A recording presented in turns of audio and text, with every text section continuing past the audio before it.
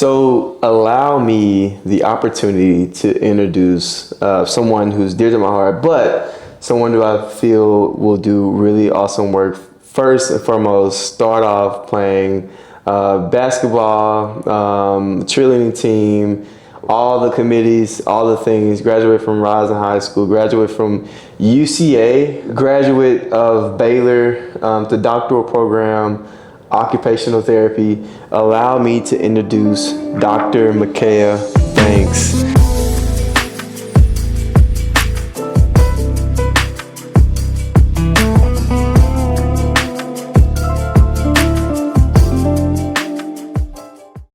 So I'm thankful to have her here today. First, fun fact, right? We took our ACT at the same time. I think I was probably 5 grades ahead at the time. What I was in 11th grade, you was in 7th grade or something like that? Something like that. I scored 13 on the ACT. She scores what, like a 18, 19, something like that on the ACT?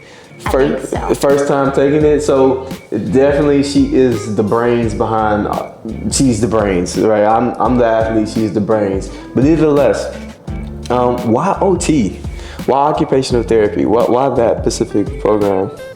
Well, I didn't originally start out wanting to do occupational therapy. I actually started wanting to do athletic training, but once I actually got into the program and I decided not to do that because of the time commitment and I'm not gonna say I didn't want to give up that much time to specifically sports and being gone 24/7, but at the time I had other things that I wanted to focus on as well.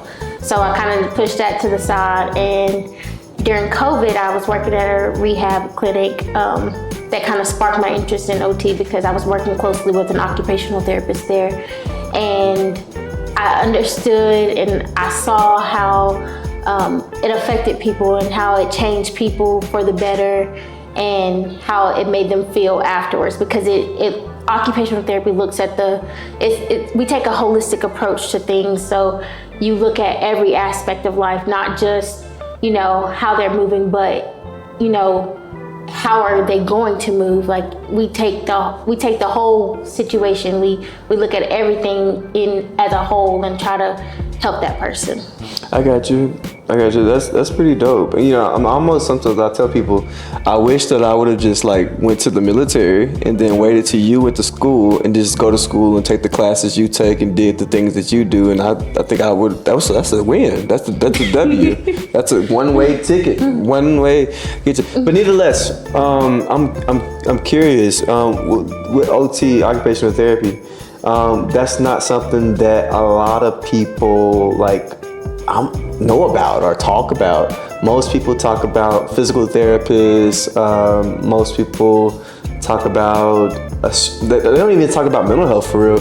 So what is it that people, you feel that the community, the people, what do you feel like they don't know about occupational therapy? Occupational therapy is very broad. So we can address a lot of things as occupational therapists. So it's literally in everything because it's our way of life. Like occupational therapy is how, I'm gonna say it as we address everything, everyday life activities, whether that's you riding, whether that's you going to work, whether that's you being able to ride your bike, whether that's you want to do something that you enjoy, shopping, eating, bathing. Those are all things that we address, and it's everyday life. So I got you. So for you, we all have our specific people that we like to work with, specific conditions that we like to address and stuff like that, right? Is there a certain people or certain conditions that just pulls your attention more than others? I know you treat a wide range of people. You've shared some of the information that you've gained through the program that you attended and stuff like that. But is there something uniquely that you like to address? I will say, because I have a background in sports and working with athletes, my favorite is hands and upper extremities. shoulder injuries, hand injuries, elbow injuries. Those are my favorite, and it may be because I like to get creative and I can push those individuals a lot more because you can push an athlete that wants to get better a lot more. So I think that's probably my favorite and what I am drawn to. But I have recently, gained a love for seniors. So being with people that are, may have some, cognitive functions that are, cognitive impairments, I should say, or just need a little bit more help to keep their independence, because that essentially is what OT is. We want them to be as independent as possible. Whatever it may look like, whether they are amputee or whether they, have to do things a different way than what they, like a normal person, you would do. You can wake up in the morning, you can get in the shower without having to hold on to the grab bars, but an older person may need a grab bar. They may need to sit down while they take a shower. And so those are the things that I'll look at, the home environment, how they get in and out of their vehicle, whatever helps them be as independent as possible throughout their life.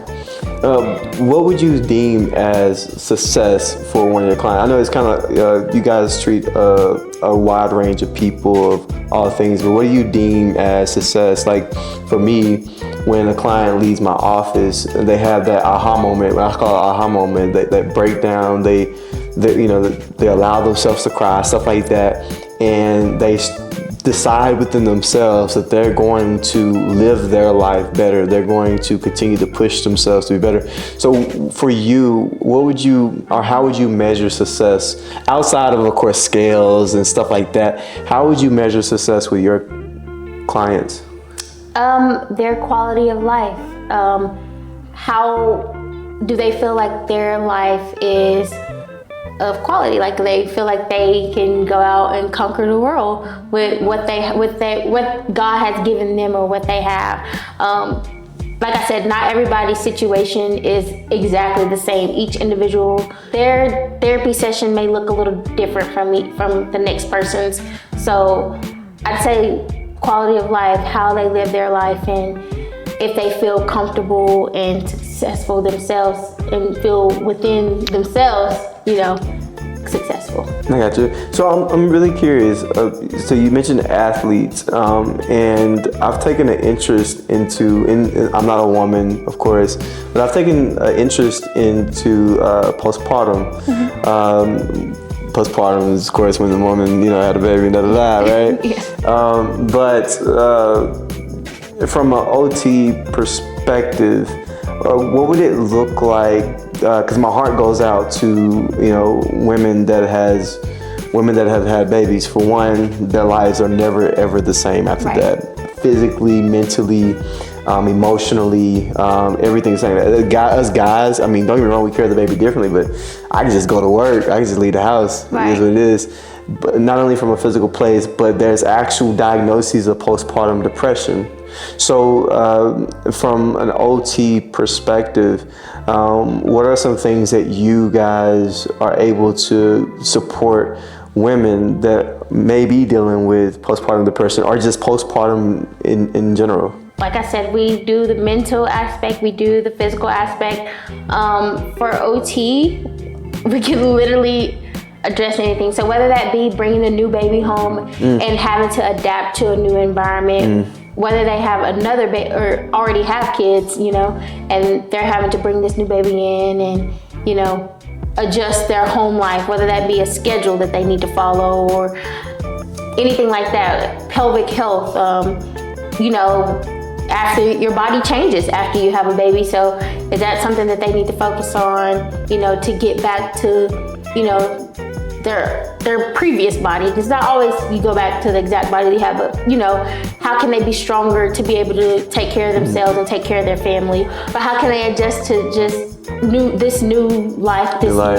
What else? Going back to work after they have a baby, lactation, because sometimes babies, latching on to the breast and things like that. We can help with that, and sometimes we may have to focus in on the baby as well, the newborn, and making sure they're hitting their milestones as the mom is taking care of herself as well. So Impressive. So exciting to have OT a part of Win Within a part of OT. Me too. That's well, thank you.